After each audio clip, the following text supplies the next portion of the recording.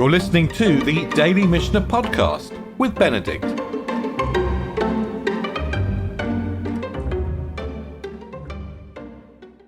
We're still in the fourth chapter of Gittin, the Tractate of Divorce, and we're still looking at Tikkun Olam, a fix to the world. Although, as we've said before, this is mainly a fix to the rabbis. If a halacha is not right, the rabbis will fix it. But we'll see how this plays out, and we've said before that we're zigzagging between slavery and marriage, whether this is something that is in the back of the mind, well, it's clearly something in the back of the mind of the rabbis as they're discussing release from marriage, divorce, release of a wife. But let's jump into the Mishnah and we'll see how this plays out. Someone who sends his slave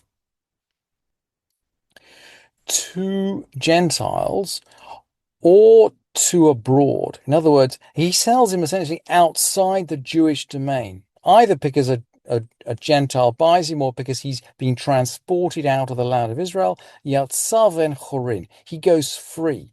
The normal contracts of slavery don't seem to apply if we hand a slave over to Gentiles. And then just jumping off this idea, Ein podim et hashvuyim yater al demehem. We don't redeem captives for more than their normal value. We don't pay excessive amounts to redeem captives. Why not? Mipnei tikkun olam, because of tikkun olam. Actually, we're going to go further than that. We don't help captives to escape or enable them to escape. Mipnei tikkun olam, because of tikkun olam. Rabban Shimon ben Gamliel omer mipnei takanat hashvuim. Rabban Shimon ben Gamliel says to repair captives, takanat hashvuim. He seems to be thinking that captives are going to be abused or not well taken care of if the captors are afraid that they're going to run away. So we don't help them to run away. And we should ask, actually, why is it that we don't pay out to ransom them? Because we know that ransoming captives is a primary mitzvah. Collecting money to ransom captives takes precedence over practically anything else. And I just wanted to bring the Gemara. It's brought on the source sheet, but let's just read the Gemara. Ibailahu. They asked about mipnei tikkun olam. They asked about what is the tikkun olam in the context of not paying too much to ransom captives. They asked about it. And the Gemara responds, Mishum duchka de tziburahu. Maybe it's because of pressure on the community. If we pay too much, the community will no longer be able to afford the costs that it's going to have to bear to redeem all these captives. So that's one possibility. Or dilma mishum de lo ligravu veleitu tafi. Maybe we put this restriction on paying too much so that they don't seize and bring more. In other words, so that bandits or foreigners or armies or whoever is taking Jews as captives shouldn't be incentivized to take more. It's really interesting. We can see in this Gemara really practical questions about how we deal day to day with a world in which people love taking Jews captives because they know the community will ransom them. So how do we deal with that? The Gemara actually then brings an example. Tashma, come and learn. The Levi bar Darga, parka, levarte, but kleisa alfe dinare. Come and hear. Levi bar Darga redeemed his daughter with 13,000 gold dinars. So, this is an enormous sum, right? Way above the kind of the price of a slave in the market. And the Gemara seems to be saying, okay, the community doesn't have to pay more than the fair amount, but there seems to be no restriction on a private individual paying more than the fair amount to ransom a captive. So we do pay to ransom captives, but we don't force the community to do so. And similarly, if they steal our Torah scrolls, Ein lokchem sfarim tefillin umuzuzot min hagoyim. We don't buy back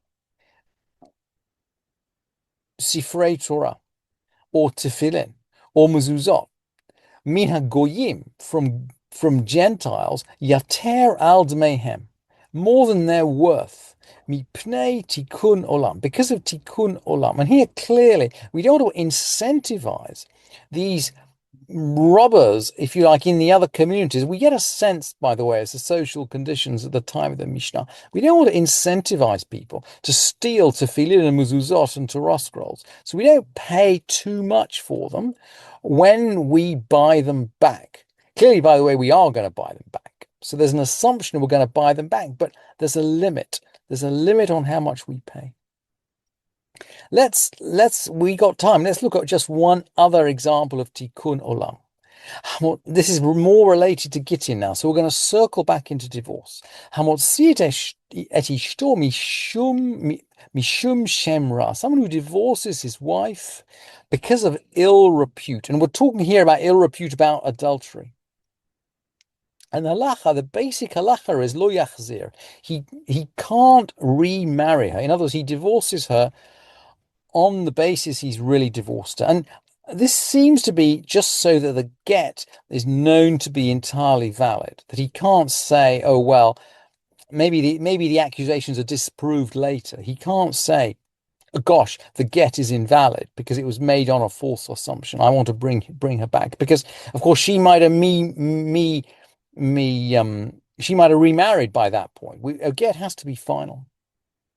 Mishem neder lo yachzir. And similarly, because of a vow, he can't remarry her. And now the Mishnah will get into a discussion. Rabbi Yehuda omer kol neder sheyadu bo harabim lo yachzir v'shelo yadu vo harabim yachzir.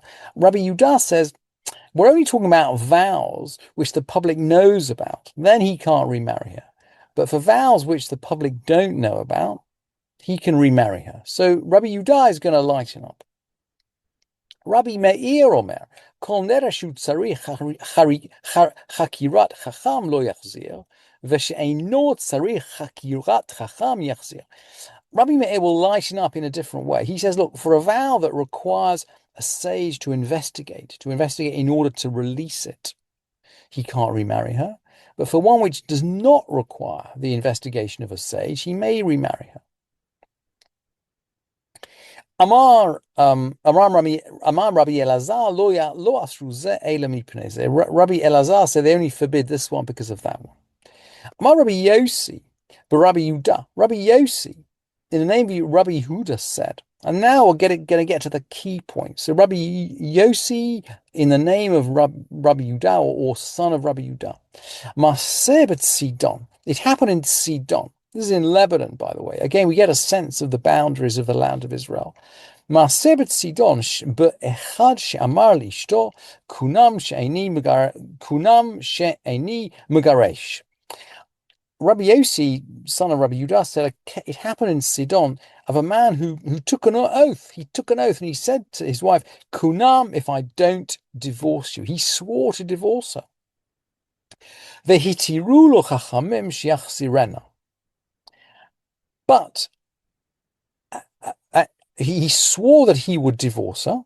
Vegersha, and he did divorce her. He did divorce her. Vehitiru lo chachamim shiachzirena. The sages permitted him to remarry her. Mipnei tikkun olam, because of tikkun olam. You can imagine the sages in the final analysis, I mean, they permit divorce, but they don't want divorce. And they don't want to split up a marriage. And of course, we know already they don't like vows. They certainly wouldn't like a vow like this. So in this case, because of tikkun olam, they allowed him to remarry her. Thank you for listening to this edition of the Daily Mishnah Podcast with Benedict.